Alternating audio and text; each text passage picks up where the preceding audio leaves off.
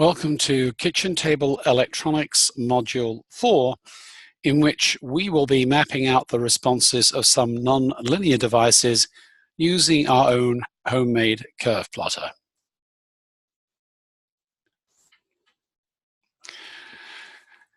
We will build a ramp generator circuit based on our Arduino and an op-amp, and we will demonstrate its response using a program to test a new protocol we're going to use called PyFirmata.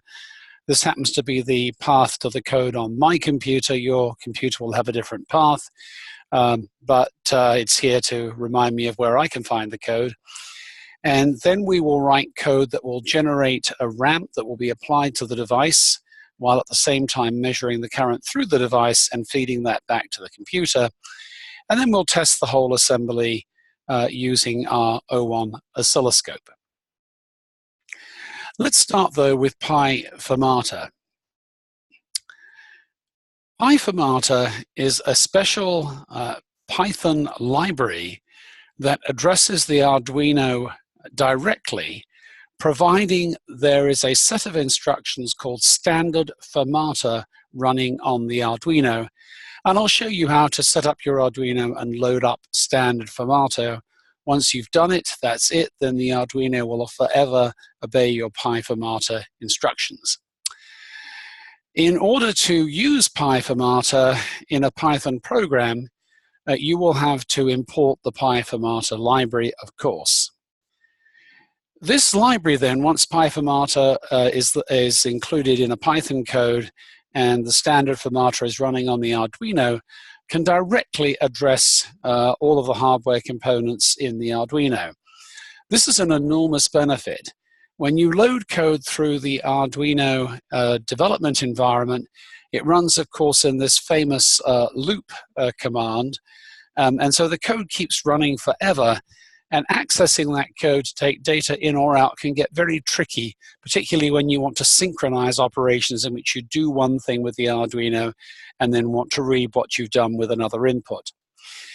In PyFirmata, the data transfer is automatically synchronized by running what they call an iterator. This starts a so-called thread on the computer. Threads are generally parallel pieces of code. Of course, on your single processor computer, it's obviously not truly a parallel piece of code, but the operating system knows how to handle threads so they appear to the code as though they really were parallel code. PyFirmata gives you most of the Arduino operations that you can access through the Arduino development environment. And this document here, the PyFirmata documentation, is in the resources folder on the website. And you can access this and download it and see the instructions for yourself. The instructions are more than a little bit terse, but I have figured out how a number of things work, so you can use my examples. In fact, better than using my examples, you can simply copy my code, although I do encourage you to play with it and see how it works. My code is available as text files on the site. You can paste everything from the text file, copy everything, and then paste it into the idle environment. And then you'll have Python code that you can save from the idle editor as a .py file and run on your computer. And hopefully these things will run directly on your computer without modification. So let's start at the beginning and let's load the Firmata protocol onto the Arduino. So boot up your Arduino development environment. Make sure you have the right COM port chosen in the Arduino IDE. You can always check that you're properly connected to your Arduino by using the Get Board Info tool. If you then get a little box back with the address of the board, you know everything's connected, otherwise you'll get an error. So remember, you can go back to lesson 1 and find out how to find out which COM port the Arduino is connected to using the device manager. Then what you do from the IDE is select from the files the examples, and then go to Firmata, and then select standard Firmata, That will load up into the IDE, compile and load it, and you are done. Your Arduino is now ready to be a Python slave until such time as you reprogram it to do something else. All right, having done that now, we need a way of taking pulse width modulation out of the Arduino and turning it into a DC signal. We learnt already how to do this in lesson 2.3, so I won't reiterate, but here's our integrator consisting of a large capacitor and a resistor.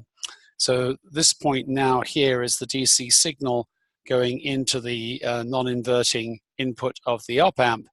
The inverting input and the output are tied together to make a voltage follower here, and then the output drives a pair of resistors, in this case connected to ground, with the center point connected to the analog read input.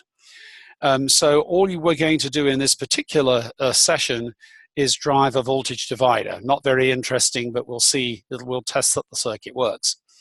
One small modification from lesson 2 is I've now added this 0.1 microfarad capacitor between the 5-volt pin of the integrated circuit and ground.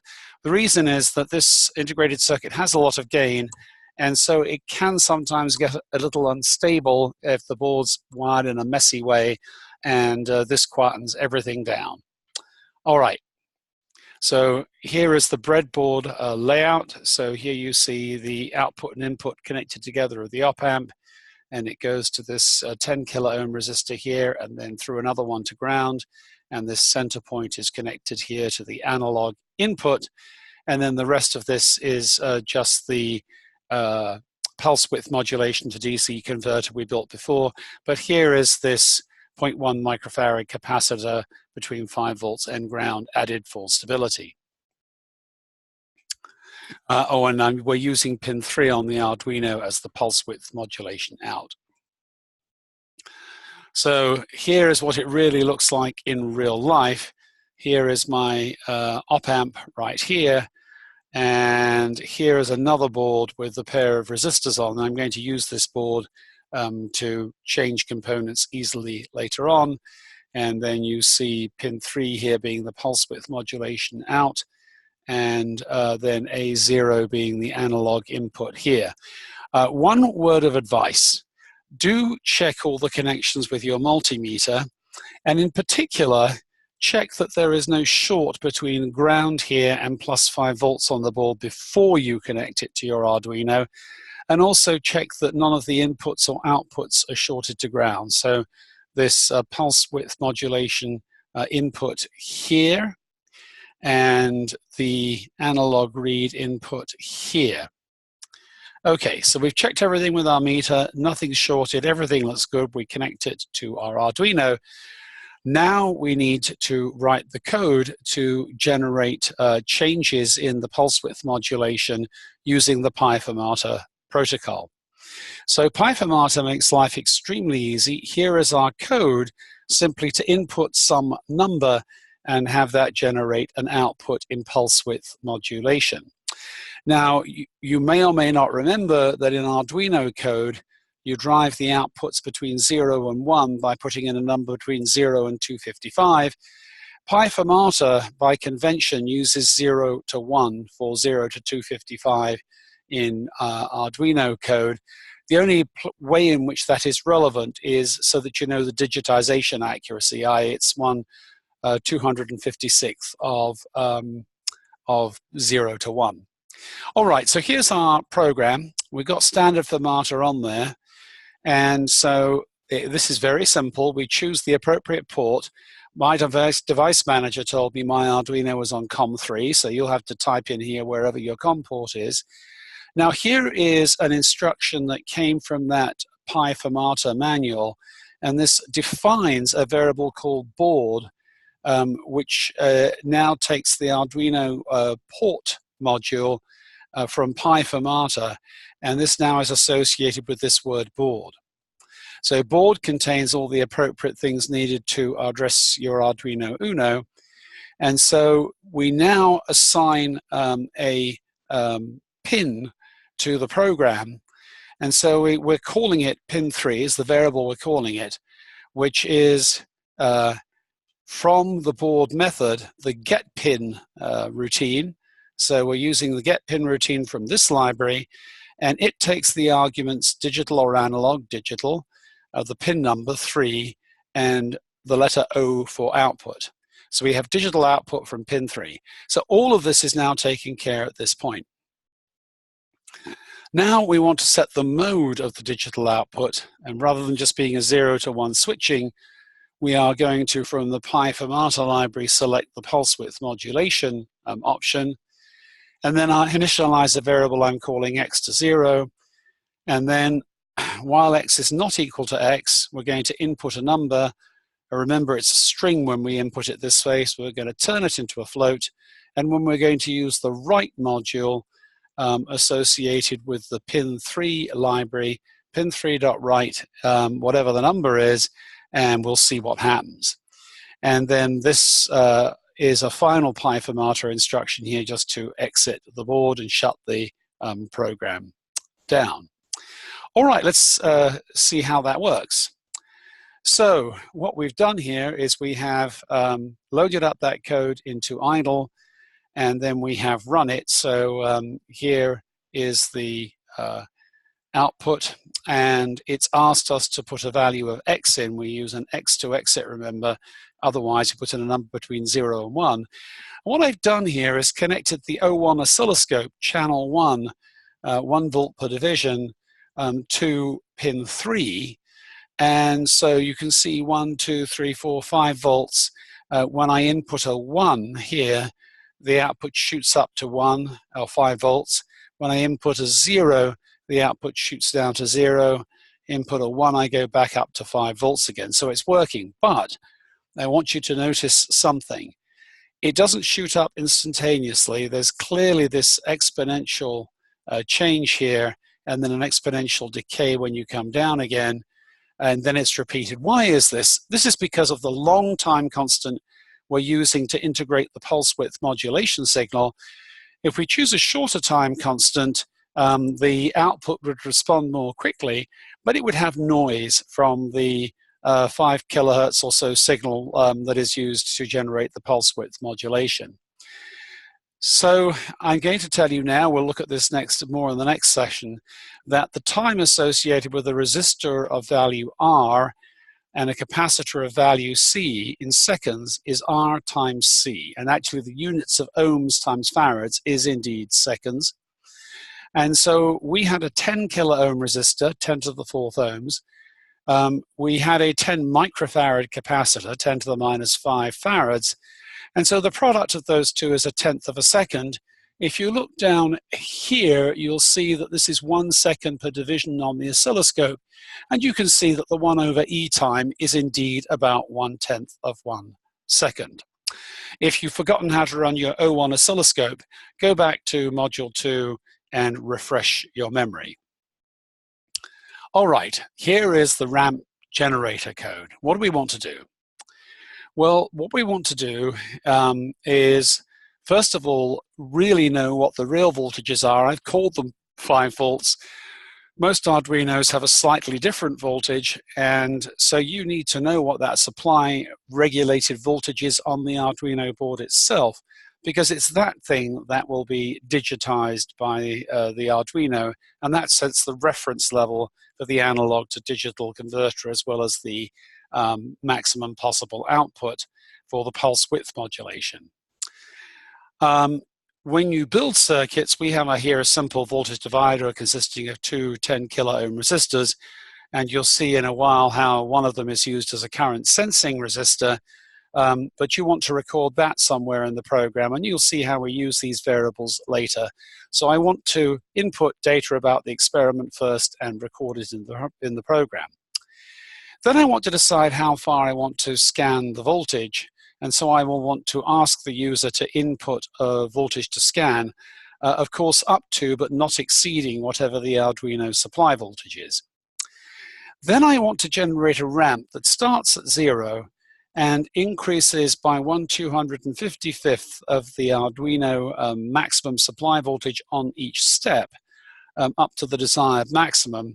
I'm going to do this with a 1/10 of a second delay in between each step because of that horribly long response of the RC circuit in the pulse width modulation to DC converter. Having stepped the ramp, I then want to ask what is the voltage across the device, in this case just that second 10 kilo-ohm resistor at each point. I will then want to record it, and so I'm going to get a number back between 0 and 1, of course, because of the way PyFirmata works. And then I'll want to display my measurements in real time just to see that the ramp generator is working as I take the data. I'm going to worry about converting it to real current to voltage and voltage data later. And finally, I want to save it. And for convenience, I'm going to save it in a time-stamped file because I have a horrible habit of overwriting files I don't want to overwrite. All right, so go to the resources page, find the Python code folder, find the text file with PyFirmata analog read with plot and ramp, and it's called .txt as a text file. Open it, copy everything, put it into your idle editor, and this is what you should see, because the idle editor will then bring on all the colors appropriate to the various parts of the program. So here's my comments section at the top telling you what the program does. Here are all the things we have to import. PyFirmata, of course. We're using the Arduino Uno PyFirmata as a general protocol, so we need to import the library for the Arduino. We're going to import modules input, output, and pulse width modulation. These libraries are associated with a routine called direct pin assignment. There is a way of doing an indirect pin assignment. We're not going to use that. And then there is a utilities package associated with the Arduino, which we're importing here. We want to plot this thing real time, and plots in Windows are made very simple using this matplot library.pyplot. And we're going to call this library PLT just so we're not typing this all the time. And this comes from the scientific Python plotting routines. NumPy is the numerical Pi package, and we've imported that as MP. We'll use that a few places. We need the time module because we're going to import sleep, and we need the date time module because we're going to timestamp our files. Right, those are all the tools. You might wonder where I get them from. The answer is I ask Google, how do I do this in Python? And it tells me. Okay, so let's go back here. This is the same code you saw before, the port, setting the board. Now I'm sleeping for a second here just to give the board and the program time to communicate. And this will generate an error message if no Arduino is connected. Your program will fail here. Otherwise, it goes on to the next step, which is to print Arduino online. Okay, so now we are going to ask for some numbers from the user. Arduino Volts 1, this will be a string, is an input command. So this is from the keyboard, measured Arduino supply volts, and you will put in what you measure. I measured, as you'll see later, 4.91 volts. Current sensor 1, this is once again a string variable, which is from this input statement here. I'm using a 10 kilo-ohm, so I put in 10 here, hit return. And then this finally converts this number here, Arduino Volts 1, into a floating point number using this instruction here. And then I want to set the maximum scan range. And so I ask the user to input whatever range they want to put. And then I'm putting here 0, 2, and then I've concatenated ARN volts 1, this string here. Why have I done that? Well, at the keyboard, the user is going to see if I input for ARN volts 1, 4.91 volts here, what the user is going to see with this instruction is 0 to 4.91 volts. Just to remind you that you can't put in a voltage bigger than the supply voltage of the Arduino. And then we are going to take this value input at the keyboard. It's a string, of course, because it's keyboard input, and we're going to turn it into a float. And here we're turning our current sensor into a float.